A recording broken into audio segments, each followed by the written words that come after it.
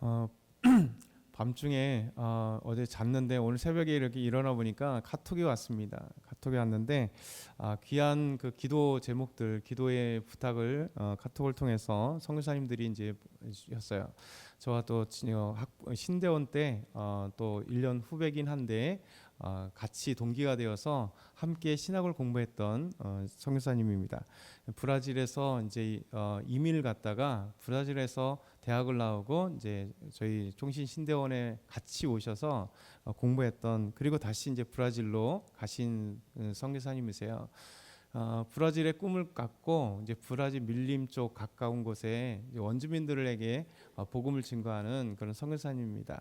그래서 지금까지 신대원을 졸업하고 국내에 잠깐 목회하다가 이제 선교사로 그 파송이 되어서 브라질, 자기 이제 부모님이 계시는 브라질 1.5세기 때문에 브라질에 가서 지금까지 목회를 하고 있는데 참 잘하고 계세요. 그래서 이 원주민들에게 복음을 증거하고 또 교회도 잘 건축하고 또 그들에게 복음을 증거하면서 이런 그 기도 제목이 있어요. 브라질에서만 복음을 증거하다가 또한 볼리비아라는 그 옆에 있는 나라에 대한 마음이 생겼다 그래요. 그래서 하나님께서 볼리비아에 마음을 주셨는데 거기에도 기도해 주세요라고 이렇게 그 기도 제목, 3월의 기도 제목을 부탁을 들었더라고요. 참 아름다운 그 기도 제목들인 것 같아요.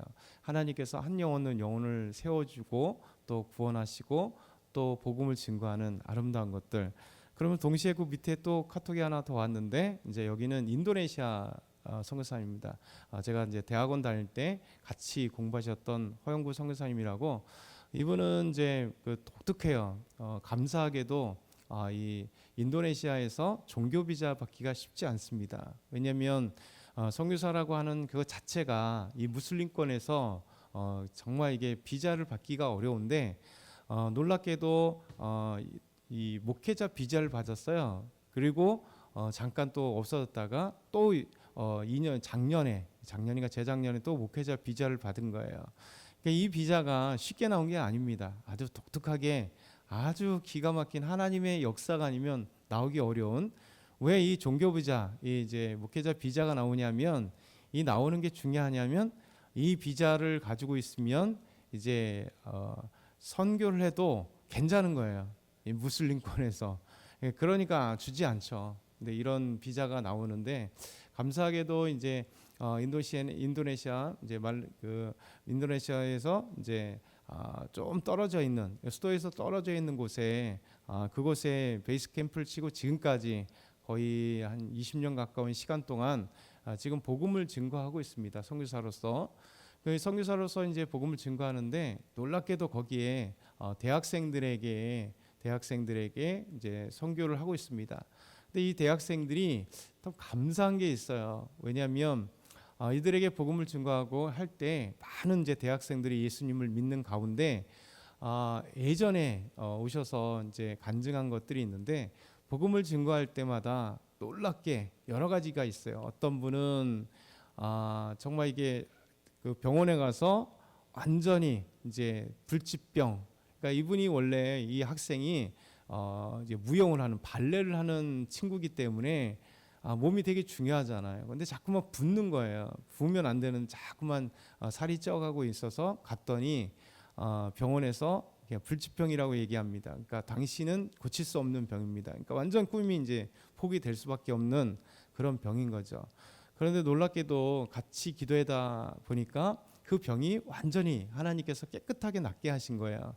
그래서 이 무슬림 이 자매가 하나님 앞에 이제 나와서 예배드리고 아주 열심히 주님을 믿어가는 그런 기적의 역사가 있었던 거죠. 또 하나는 이제 놀랍게도 이제 기도하다가 한 자매가 이렇게 꿈에 하얀 옷을 입고 계신 분이 너무 선명하게 보이신 거예요. 그러니까 너무 놀라서 도대체 이게 뭘까? 그러면서 얘기하다가 이제 자기 친구가 그 친구인 거예요. 이제 병이 낫게 돼서 이 해피교회에 와서 열심히 주님을 믿고 있는 자매. 그러다가 이제 이 자매에게 자기 꿈 얘기를 했던 거예요. 그 꿈에 나타나신 분이 누굴까? 이렇게 얘기하는데 이 자매가 얘기를 해줘요. 그건 예수님이야. 왜냐하면 하나님께서 무슬림권에 있는 많은 사람들에게 환상과 꿈을 통해서 예수님이 직접 나타나세요.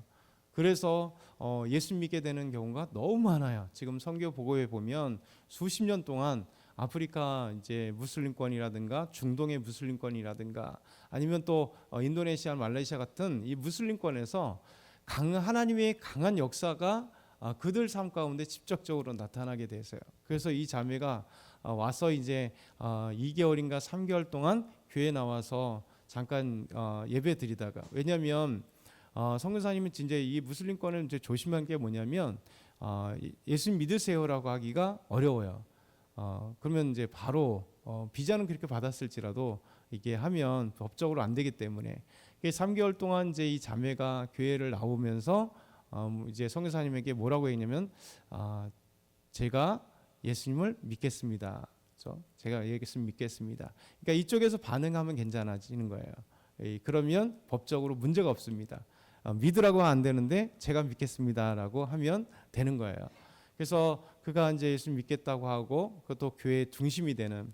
그래서 이제 이 선교사님 같은 경우 독특하게 대학생들에게 선교를 하는데 무슬림권인데도 불구하고 무슬림권인데도 그 당시에 거의 15년 정도 전에 벌써 한 100명 정도 예배드리는 친구들은 교회 와서 한 3, 40명이 되고, 그 다음에 이제 학교 기숙사라든가 조용히 해야 되니까 기숙사 또 다른 곳 이렇게 드리는 친구들이 100명 정도 예배를 드리는 놀라운 기적이 일어나는 거죠. 근데 이것이 왜 가능하냐면 이 학생들이 이 학교에 와서 대학생들이니까 학교에 와서 공부하는데 집에서 멀리 온 친구들이 너무 많은 거예요. 인도네시아가 엄청나게 크잖아요. 그러니까 인도네시아가 큰데 이 대학에 오려고 하는 친구들이 그 주변에 그 도시에도 있지만 이제 오게 되면 어떤 친구들은 막 하루 걸려야 되고, 어떤 친구들은 저 섬이나 이런 곳에 먼 곳에서 온 친구들은 일주일씩 걸린다 그래요. 그러니까 방학 때도 거의 집을 못 가는 거예요. 그렇죠? 일주일 걸리니까 일주일 갔다가 또 일주일 가면 이 방학이 거의 다 끝나는 거예요. 그러니까 학생 때는 거의 집을 못 가는 친구들이 참 많고, 그리고 집에 떨어져서 기숙사 생활을 하거나 자취하는 친구들이 거의 대부분이다 보니까 집안에서 이 단속이 안 되는 거죠. 만약에 이들이 이렇게 전도받고 예수님 믿고 교회를 나가게 되면 여러분 바로 집에서 왔다 갔다 통학을 교회 집 학교를 왔다 갔다 한다면 바로 부모님들이나 가족에 의해서 큰일 나는 거죠. 왜냐하면 무슬림 가족 단위가 되게 중요합니다. 가족. 그래서 가족 중에 예수 믿게 되면 가족에서 쫓겨나는 거예요. 완전히. 그렇죠? 그런 어떤 놀랍게도 하나님께서 역사하시는 것들. 그래서 이제 이 해피교회 교회 이름이 해피교회인데, 해피교회에서 예수 믿는 무슬림들이 하나님을 찬양하고 기도하는 그 기도 제목과 어제 이제 기도 제목과 새벽에 보게 된 그 밤중에 이제 새벽에 준 거죠. 그다음에 해피교회 그 예배하는 모습을 카톡으로 보내면 기도해 달라고 기도 제목들을 두 선교사님들이 이제 언제인지 모르겠지만 정확한 시간을 안 봐가지고 어제 자고 나서 오늘 새벽에 보니까 이렇게 두 개가 왔습니다. 그러니까 하나님의 역사는요, 우리가 상상을 초월할 수 있도록, 그렇죠? 하나님의 놀라운 은혜들이 정말 죽을 수밖에 없는 영혼들에게 부어지고 하나님께 나아가고, 오늘 말씀 이삭을 통해서도 보는 것도 똑같습니다. 하나님이 주시는 복은 그 누구도 막을 수 없다는 거예요. 이삭은 성경에 있어서 어떻게 보면 가장 평온하게 신앙생활했던 사람이 바로 이삭이에요. 아버지도 참 드라마틱하게 아브라함도 하나님 믿어가면서 그 인생이 참 드라마틱하잖아요. 그리고 이삭의 아들 야곱도 참 드라마틱한 인생을 살고 있잖아요.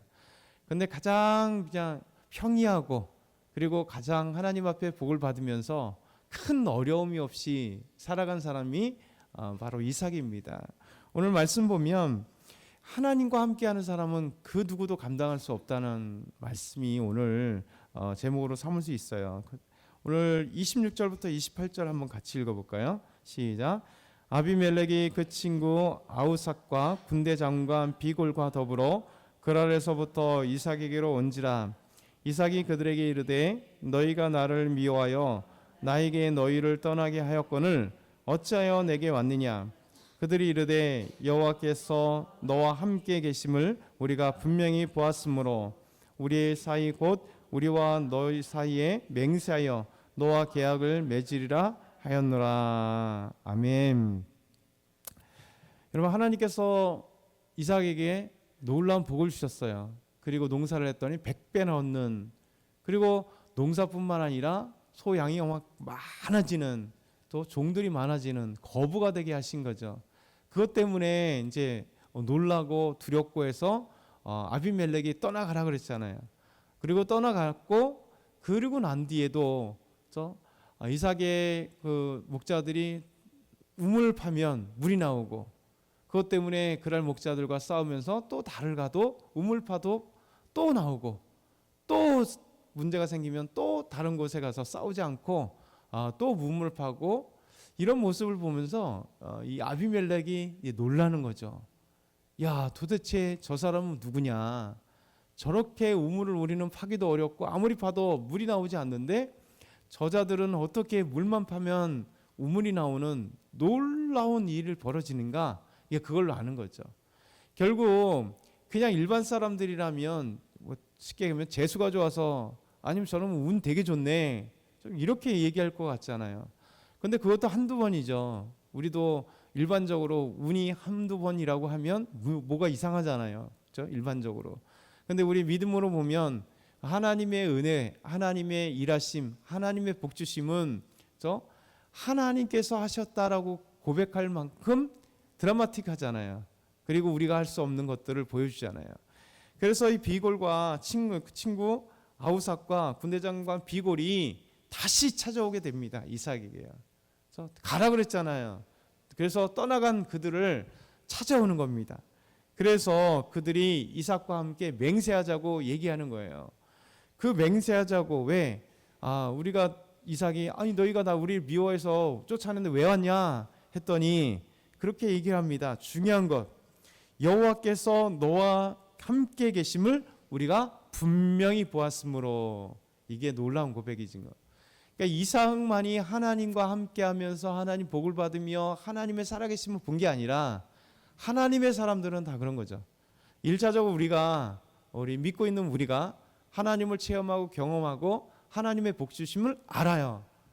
그런데 동일하게 그 하나님의 놀라운 은혜를 받는 사람들은 주변에서 또 하나님이 함께 하심을 보게 된다는 거죠. 이삭은 그렇게, 아브라함이 그랬던 것처럼 이삭도 여호와께서 함께 계심을 이 아비멜렉이 보게 된 거예요. 두렵잖아요. 아버지만이 그런 게 아니라 아니 아들도 그러네, 그러면서 두려워하는 아비멜렉이죠. 그러면서 너와 우리 사이에 계약을 맺자, 맹세하자는 거죠. 그렇게 이야기하는 것이죠. 결국 하나님께서 함께하는 사람들은 건들지 못하는 거예요. 그렇죠? 그래서 이삭에게, 쫓아냈던 이삭에게 달려왔던 것입니다. 그러면서 아비멜렉은 이삭과 계약을 체결하고 떠나게 되죠. 29절에서 31절 같이 한번 읽어볼까요? 너는 우리를 해하지 말라. 이는 우리가 너를 범하지 아니하고 선한 일만 내게 행하여 내가 평안히 가게 하였음이니라. 이제 너는 여호와께 복을 받은 자니라. 이삭이 그들을 위하여 잔치를 베풀매 그들이 먹고 마시고 아침에 일찍 일어나 서로 맹세한 후에 이삭이 그들을 보내어 그들이 평안히 갔더라. 와서 맹세하자고 하는 게 뭐냐면 서로 해하지 말자는 거예요. 우리 좋은 일만 행하자. 그렇죠? 지난번에 우리 갑을 관계가 바뀌었다고 말씀을 드렸잖아요.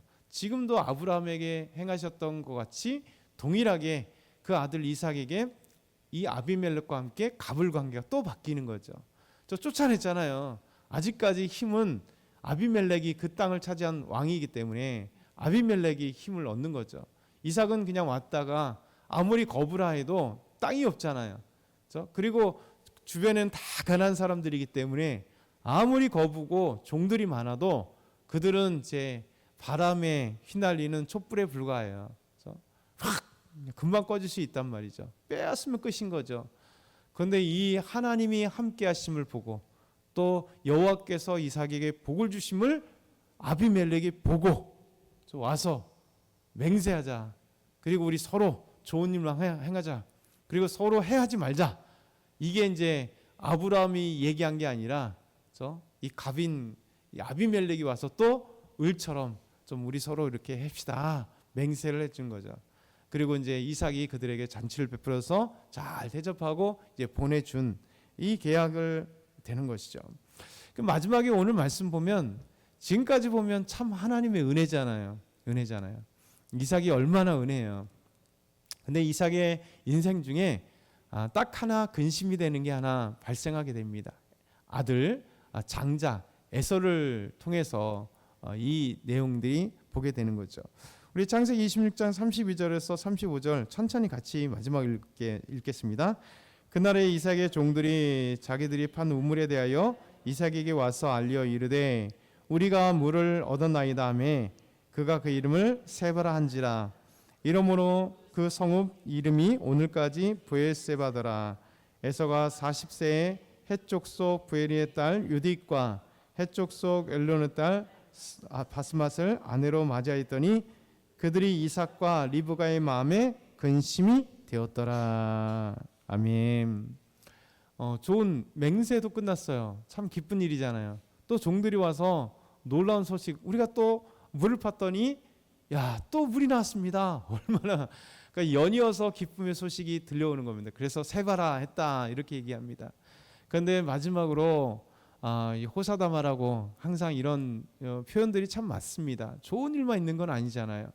그러니까 이삭과 리브가에게 근심이 되는 사건이 에서가 부모님의 허락 없이 벌써 이미 신부감들을 들여서 결혼해 버린 거예요.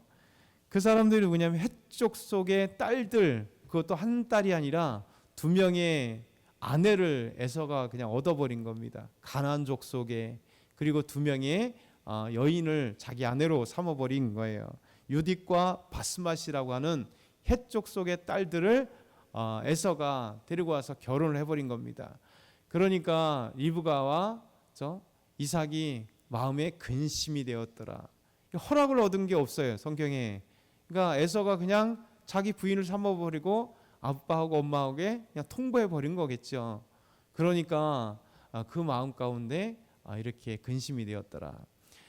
사실 이삭의 그 인생을 보면 그렇게 드라마틱하고 힘든 게 없습니다. 단지 아들도 이들은 마음대로 못했던 것 같아요. 에서가 저 들사람처럼 사냥하기 좋아하고 그러니까 그 인생이 막 가서 자기가 좋아하는 여자로 아내를 삼아버리는 이런 일이 결국 이 마음에 근심이 되었다. 이렇게 오늘 말씀 우리 25장의 마지막으로는 좀 약간 가슴 아픈 것으로 끝나는 것.